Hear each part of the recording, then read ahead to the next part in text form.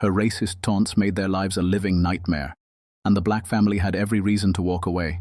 But when tragedy struck and her life hung by a thread, their response shocked everyone, including her. What they did next will challenge everything you think about forgiveness and humanity. The Johnson family was the picture of resilience.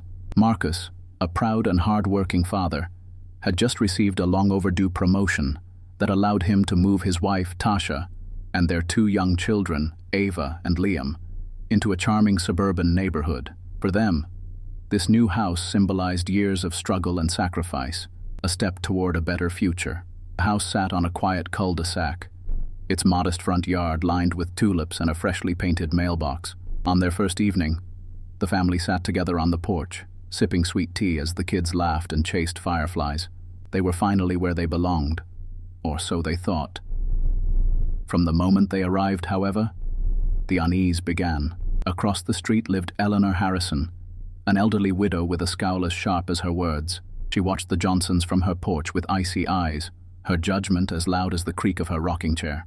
"Looks like the neighborhood's gone downhill," Eleanor muttered to herself, though loud enough for Marcus to hear as he unloaded boxes from the moving truck. He paused for a moment, clenching his jaw, but chose to ignore her. He had seen this before. The subtle racism wrapped in faux politeness, the stares, the whispers. Tasha noticed, too. As she carried a box of family photos inside, she saw Eleanor's lips purse tightly, her disapproval as clear as the setting sun. Tasha sighed, her optimism dimmed, but not extinguished. "Let's give it time," she told Marcus that night. "Maybe she just needs to get to know us." But time didn't help. In the weeks that followed, Eleanor's disdain grew more overt. The kids' chalk drawings on the sidewalk drew complaints of vandalism. A community barbecue saw the Johnsons excluded entirely. Eleanor called the homeowners association to report unsightly clutter. When Marcus parked his car in the driveway, tension peaked one Saturday when Marcus installed a basketball hoop for Ava and Liam in front of the garage. The kids were thrilled, their laughter echoing down the street as they played. But Eleanor stormed out of her house, waving a broom like a weapon. "Do you people have no respect for this neighborhood? Keep that noise to yourself," she snapped. Tasha, holding her daughter's hand, calmly replied, "It's just a game, Eleanor. They're kids. Your kind doesn't belong here." Eleanor shot back, her voice dripping with venom. Tasha's breath caught in her chest, the insult hitting like a blow. Marcus stepped in, his protective instincts ignited, but Tasha placed a hand on his arm. "It's not worth it," she whispered, her voice trembling. That night, the Johnsons sat in their living room, the air heavy with frustration and sadness. Eva, her eyes wide with confusion, asked, "Why does the lady across the street hate us, Mama?" Tasha knelt before her daughter, brushing her curls gently. "Some people judge others without knowing them, sweetie. But we can't let their hate make us like them." Marcus nodded, though his heart ached. He wanted to protect his family, to shield them from the ugliness of the world. But as he watched Tasha hug their children, he knew their strength would come from love, not anger. Outside, Eleanor sat in her dimly lit home, her bitterness as consuming as the darkness around her. She didn't see the humanity in the family across the street, only the shadows of her own prejudice. Neither side could know then how drastically their lives would soon collide. A single moment of crisis was on the horizon, one that would change everything and force both families to confront their humanity in ways they never imagined. It began as an ordinary evening. The Johnsons were gathered in their living room, the faint hum of the television blending with the smell of Tasha's freshly baked cookies. Ava and Liam were giggling on the carpet, their crayons scattered as they worked on colorful drawings of their dream adventures. For a moment, the tension with Eleanor felt like a distant storm, something they could weather together. But across the street, the storm was already brewing. Eleanor had been feeling off all day, sharp pains in her chest, an unbearable tightness creeping into her left arm. Stubborn as ever, she brushed it off, muttering about stress and age. Yet as night fell, the pain became unbearable. She stumbled toward the phone, her vision swimming. Her shaking fingers dialed 911, but before she could speak, the phone slipped from her hand. A crash echoed through the quiet cul-de-sac as Eleanor collapsed to the floor. Back at the Johnsons' home, Marcus was the first to notice something was wrong. The lights in Eleanor's house flickered, and her dog, usually quiet, was barking uncontrollably. Marcus walked to the window, his brows furrowed. "Something's not right over there," he said, grabbing his jacket. Tasha joined him, peering through the curtains. "Do you think we should check on her?" she asked hesitantly. The bitterness Eleanor had shown them was still fresh in her mind. But the worry in Marcus's eyes left no room for hesitation. "I'll go," Marcus said, already stepping into his shoes. "No," Tasha insisted, grabbing his arm. "We go together." The couple made their way across the street, their footsteps echoing in the silence of the night. They reached Eleanor's front door and knocked, but there was no response. The dog's frantic barking from inside sent a chill down their spines. "Eleanor," Marcus called out, his voice firm but concerned. Still no answer. Tasha tried the doorknob. It was unlocked. They exchanged a glance, a silent agreement passing between them, and stepped inside. The scene was chaotic. Eleanor lay crumpled on the floor, her skin pale, beads of sweat glistening on her forehead. Her breaths were shallow, and her eyes fluttered open just long enough to see Marcus and Tasha kneeling beside her. "What are you doing here?" she whispered weakly, her voice barely audible. "Saving you," Marcus said simply, dialing 911, while Tasha checked Eleanor's pulse. The operator's voice was calm but urgent, as Marcus relayed Eleanor's condition. "Paramedics are on their way," he said, ending the call. Tasha grabbed a blanket from the couch and draped it over Eleanor, her hand steady, despite the pounding in her chest. Eleanor's eyes darted between the couple, confusion etched in her frail features. "You don't owe me anything," she murmured, her breath labored. Tasha's voice was soft but firm as she replied, "It's not about owing. It's about doing what's right." Minutes felt like hours as they waited for the ambulance. Marcus held the door open as the paramedics arrived, their movements swift and precise. As they loaded Eleanor onto the stretcher, she managed to whisper, "Thank you." Marcus and Tasha stood in the driveway, watching as the ambulance's red and blue lights disappeared down the street. The adrenaline began to wear off, leaving a heavy silence between them. "Do you think she'll be okay?" Tasha asked, her voice trembling. "I hope so," Marcus replied, placing an arm around her shoulders. "But we did what we could. That's what matters." That night, as they returned home, the weight of what had just happened hung in the air. Eleanor's hatred had been a constant shadow over their lives. Yet when faced with the choice to help or walk away, they chose compassion. It wasn't an easy decision, but it was the one they could live with. Across the street, Eleanor was rushed into the ER, her fragile heart fighting to hold on. And in those moments of vulnerability, her mind raced, not with thoughts of her prejudice, but with the faces of the people who had saved her life. The seeds of change were planted that night, though none of them could yet see the ways in which their lives were about to intertwine. The morning after Eleanor was rushed to the hospital, the Johnson household was unusually quiet.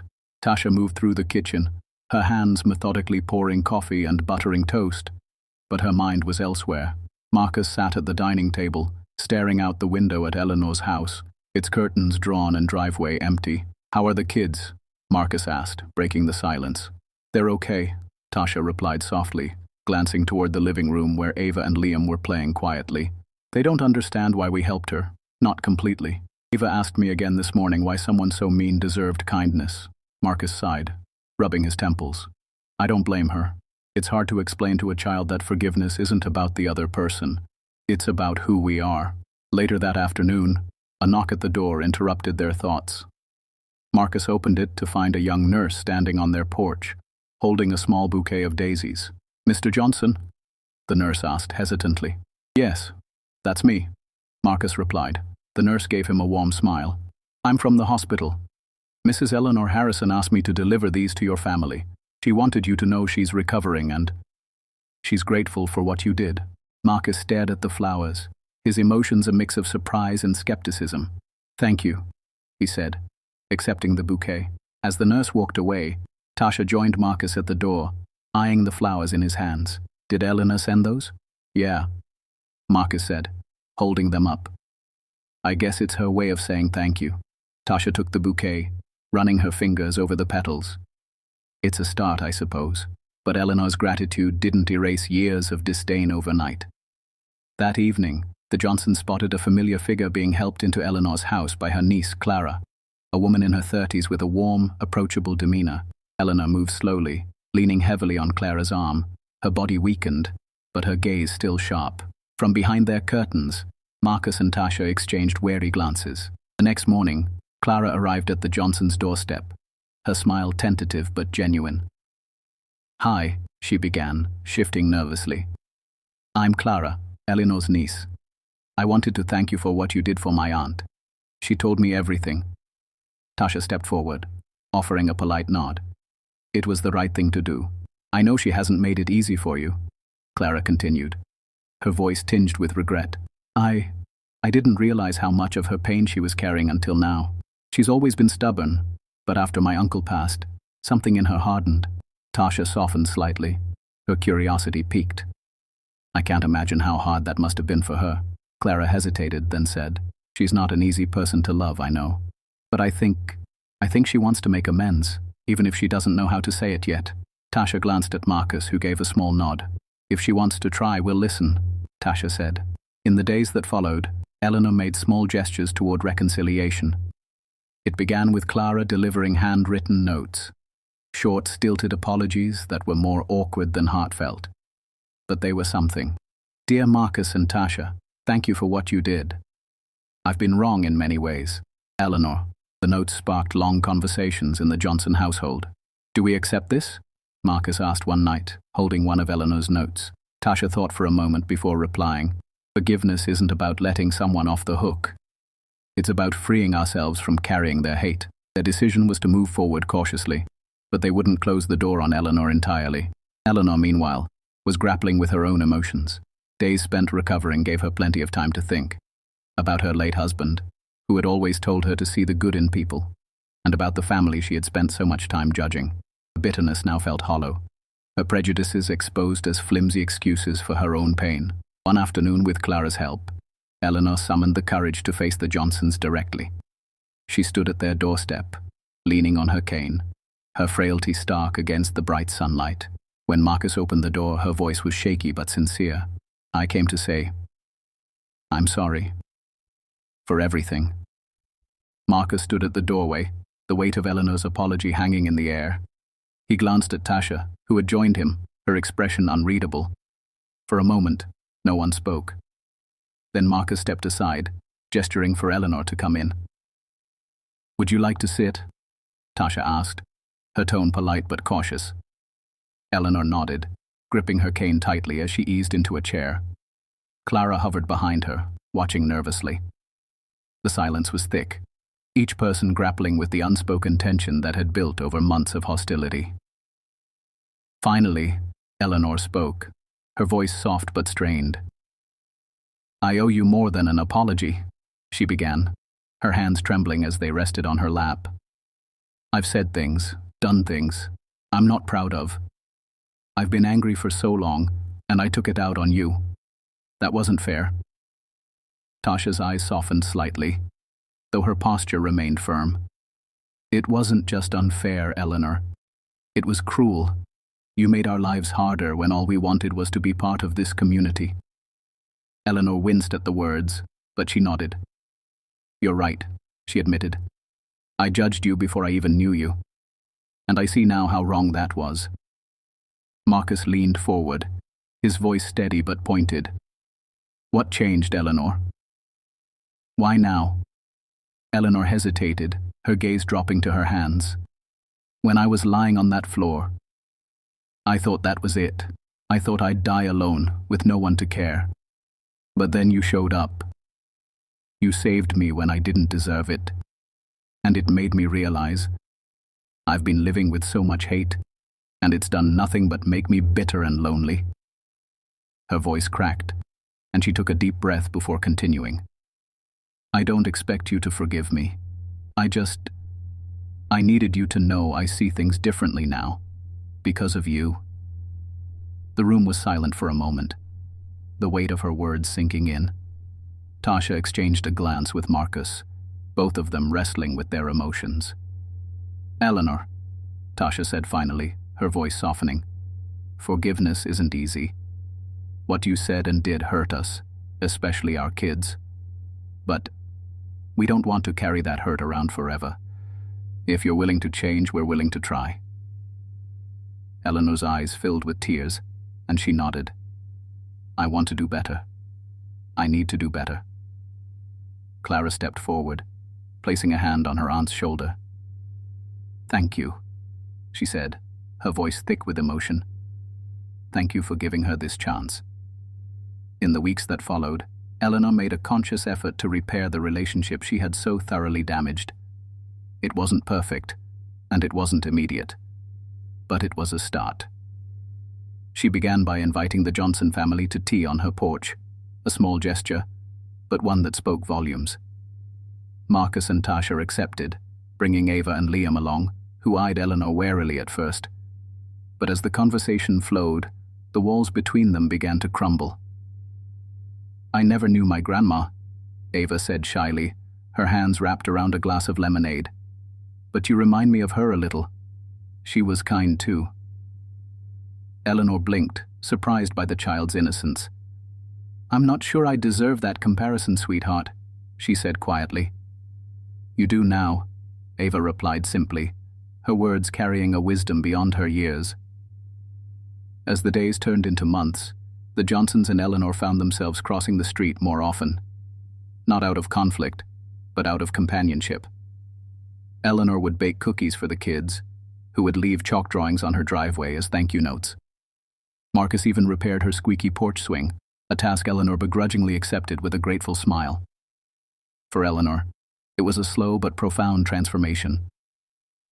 The bitterness that had consumed her for years began to fade, replaced by a sense of connection she hadn't felt in decades. And for the Johnsons, the burden of her hatred lifted, replaced by cautious hope. Months later, the cul-de-sac looked like a different place.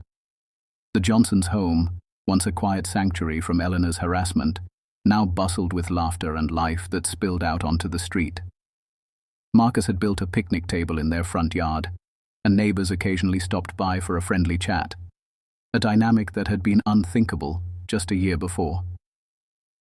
Eleanor was a frequent visitor now. She still walked with a cane, but her frailty no longer defined her. Instead, she carried a sense of humility that softened her once hard edges. One sunny Saturday, she arrived with a basket of muffins, a small but meaningful offering that Ava and Liam eagerly accepted. "Chocolate chip again, Miss Eleanor?" Ava asked with a grin, her hands already reaching into the basket. Eleanor chuckled softly. "You know I can't say no to your sweet tooth." As the kids dashed off, Eleanor turned to Marcus and Tasha, her gaze steady, but filled with emotion. "I don't think I've said this enough," she began, her voice trembling slightly. "Thank you for saving me, yes, but also for giving me a chance to change. You didn't have to, and I'll never forget that." Tasha smiled warmly.